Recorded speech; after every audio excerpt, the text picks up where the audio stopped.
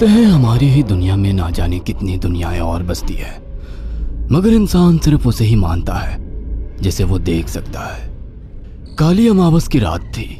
चारों ओर सिवाय हवाएं और शोर के अलावा कुछ भी नहीं था। राजन को आज घर लौटने में देर हो गई थी। रात के सन्नाटे को वो अपनी साइकिल से चीरता हुआ चला जा रहा था। वह गांव की नदी तक पहुंचा ही था कि तभी उसे नदी के पास एक काला साया दिखाई दिया जो नदी के किनारे पानी को घूरे जा रहा था। इतनी रात को नदी के पास देखकर राजन के ना जाने क्यों रोंगटे खड़े हो गए। उसे ऐसा महसूस हुआ मानो उसके पैर साइकिल के पैडल पर जम गए हो। राजन कपकपाते हुए होठों से बोला, कौन है वहां पर? राजन ने इतना बोला ही था कि अचानक वो साया बिजली की रफ्तार से दौड़ता हुआ राजन के नजदीक आ गया। राजन की नजर जैसे ही उस साये पर पड़ी, उसके हलक से एक भयानक चीख निकल गई। इस घटना के 1 महीने बाद अर्जुन का सारा ध्यान ड्राइविंग पर था। उसकी पत्नी शिखा कार में ड्राइविंग सीट के बगल में बैठी हुई एक मैगजीन पढ़ रही थी। शिखा ने मैगजीन रखकर अर्जुन की ओर देखकर कहा, और कितनी दूर रह गया है तुम्हारा गांव अर्जुन? बस थोड़ी दूर रह गया है, आधे घंटे में हम पहुंच जाएंगे। तुम्हारे चेहरे पर इतनी टेंशन क्यों है? टेंशन क्यों नहीं होगी शिखा, मैंने अपनी माँ को बगैर बताए तुमसे लंदन में शादी जो कर ली। पता नहीं माँ तुम्हें देखकर कैसे रिएक्ट करेगी। डोंट वरी अर्जुन, मुझ पर भरोसा रखो। तुम्हारी माँ को मनाने की जिम्मेदारी मेरी है। आई होप शिखा ऐसा ही हो। यकीन मानो अगर ऐसा हुआ ना तो मेरे ऊपर से एक बहुत बड़ा बोझ उतर जाएगा। अब मुस्कुरा भी दो यार। अच्छा, तुम बता रहे थे कि गांव में तुम्हारी बहुत बड़ी हवेली बनी हुई है, कुछ बताओ ना अपनी हवेली के बारे में। अरे 15 मिनट में हम वैसे भी पहुंचने वाले हैं, तुम खुद देख लेना।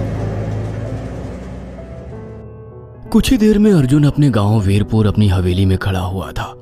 अर्जुन की मां अर्चना देवी अर्जुन के स्वागत के लिए हवेली के बाहर खड़ी हुई थी।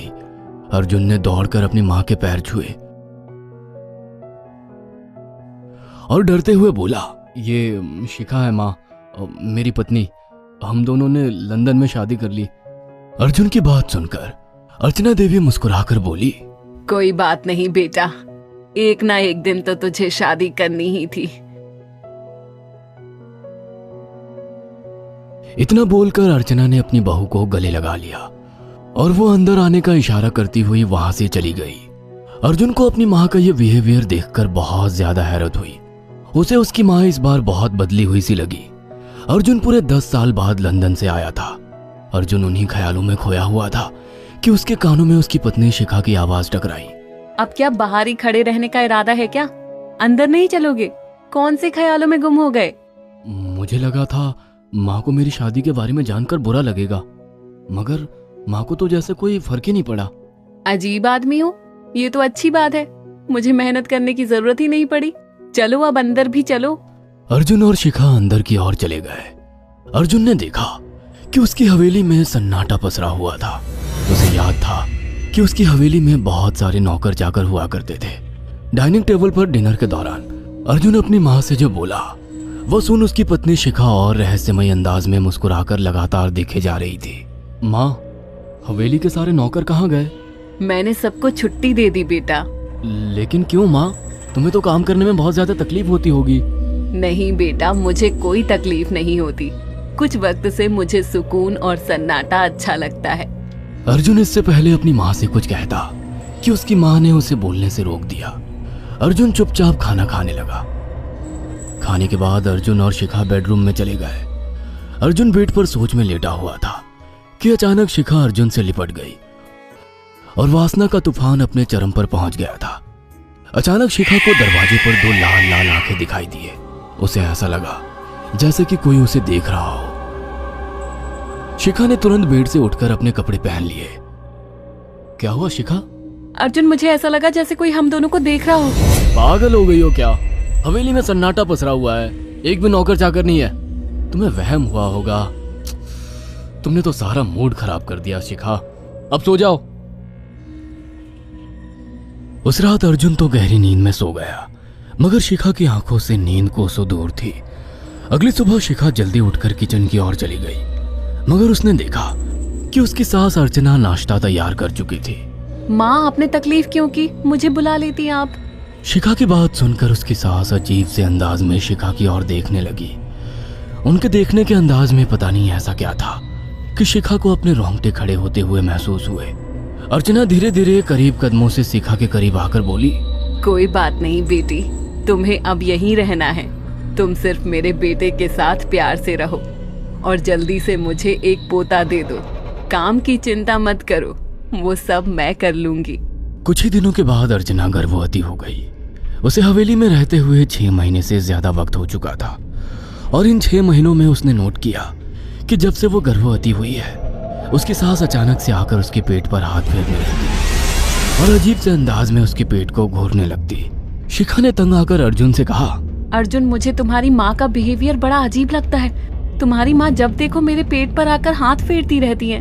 अरे माँ को अपने पोते के आने का बेसब्री से इंतजार है शिखा, इसमें अजीब लगने वाली क्या बात है? मैं तुम्हें कैसे समझाऊं? मैंने माँ की आंखों में एक अजीब सी चमक देखी है। कैसी चमक? शिखा के मुंह से अचानक से एक अल्फाज निकल गया, जैसे किसी डायन की आंखों में होती है। शिखा की बात सुनकर अर्जुन का गुस्सा 7वें आसमान पर पहुंच गया। वो गुस्से से चीखते हुए बोला, खबरदार शिखा, आगे एक शब्द मेरी माँ के खिलाफ मत निकालना, नहीं तो मुझसे बुरा कोई नहीं होगा। तुम्हें शर्म आनी चाहिए शिखा। जब से तुम यहाँ पर आई हो तब से मेरी माँ तुम्हारी कितनी चिंता करती है।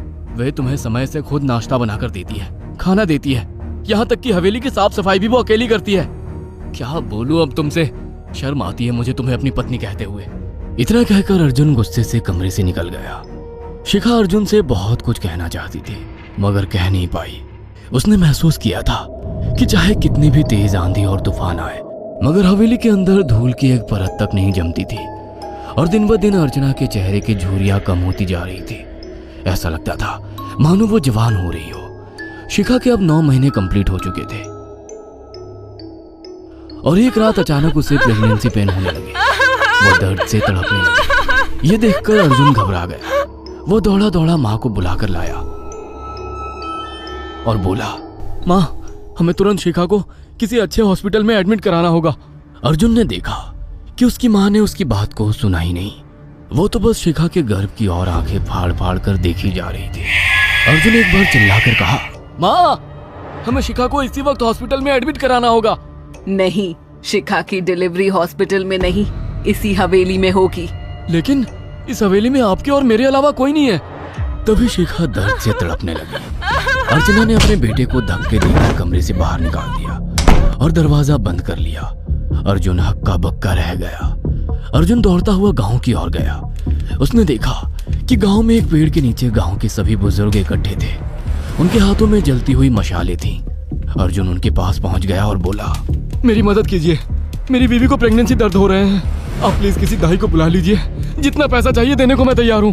तभी उसके कानों में गांव के सरपंच की आवाज टकराई, बेवकूफ लड़के, तू अपनी बीवी को एक डायन के यहाँ पर मरने के लिए छोड़ आया। क्या कहना चाहते हैं आप? आप जानते हैं आप क्या कह रहे हैं? वही जो तू सुन रहा है। तेरी माँ एक डायन है। इन गांव वालों के हाथों में जो मशाले देख रहा है ना, हम तेरी ही हवेली में आग लगाने जा रहे थे। तेरी माँ ने इस गांव में ना जाने कितने नौजवानों को मार कर खाया है। तेरी माँ एक डायन है। लगता है आपका दिमाग खराब हो गया है। आप जानते भी हैं मैं कौन हूँ? हाँ, मैं जानता हूँ। तू ठाकुर धीरेन्द्र प्रताप का बेटा है। तेरे पिता को शक हो गया था कि तेरी माँ एक डायन है, इसीलिए उन्होंने तुझे हमेशा उससे दूर रखा। पहले तेरी माँ ने तेरे पिता को मारा और धीरे धीरे करके वह हवेली के सारे नौकरों को मार कर खा गई और फिर गांव वालों को भी मारने लगी। और अब तो तेरे होने वाले बच्चे को खाएगी, क्योंकि डायन को नवजात शिशु का मांस खाना बहुत पसंद होता है। अगर मेरी बात पर यकीन नहीं है तो चलकर मेरे साथ तो खुद अपनी आंखों से देख ले। इतना कहकर सरपंच अर्जुन को लेकर हवेली की ओर चल पड़ा। उसके पीछे कई लोग थे जो जलती मशाले पकड़े हुए थे। हवेली के अंदर घुसकर उन्होंने उस कमरे के दरवाजे को तोड़ दिया जहां पर शिखा थी। कमरे का मंजर देखकर अर्जुन के रोंगटे खड़े हो गए। उसने देखा कि उसकी माँ एक बेहद भयानक रूप में उसके बच्चे का मांस खा रही थी और उसकी पत्नी शिखा फर्श पर मरी हुई पड़ी थी और पूरा फर्श खून से लाल था। अर्जुन को अपनी आंखों पर यकीन नहीं आ रहा था कि तभी उसकी माँ उसके ऊपर झपटी। सरपंच ने चीखकर कहा, अरे इस डायन को आग लगा दो, जिंदा जला दो इसे और साथ ही इस हवेली को भी। सभी लोगों ने जलती हुई मशाले डायन के ऊपर फेंक दी।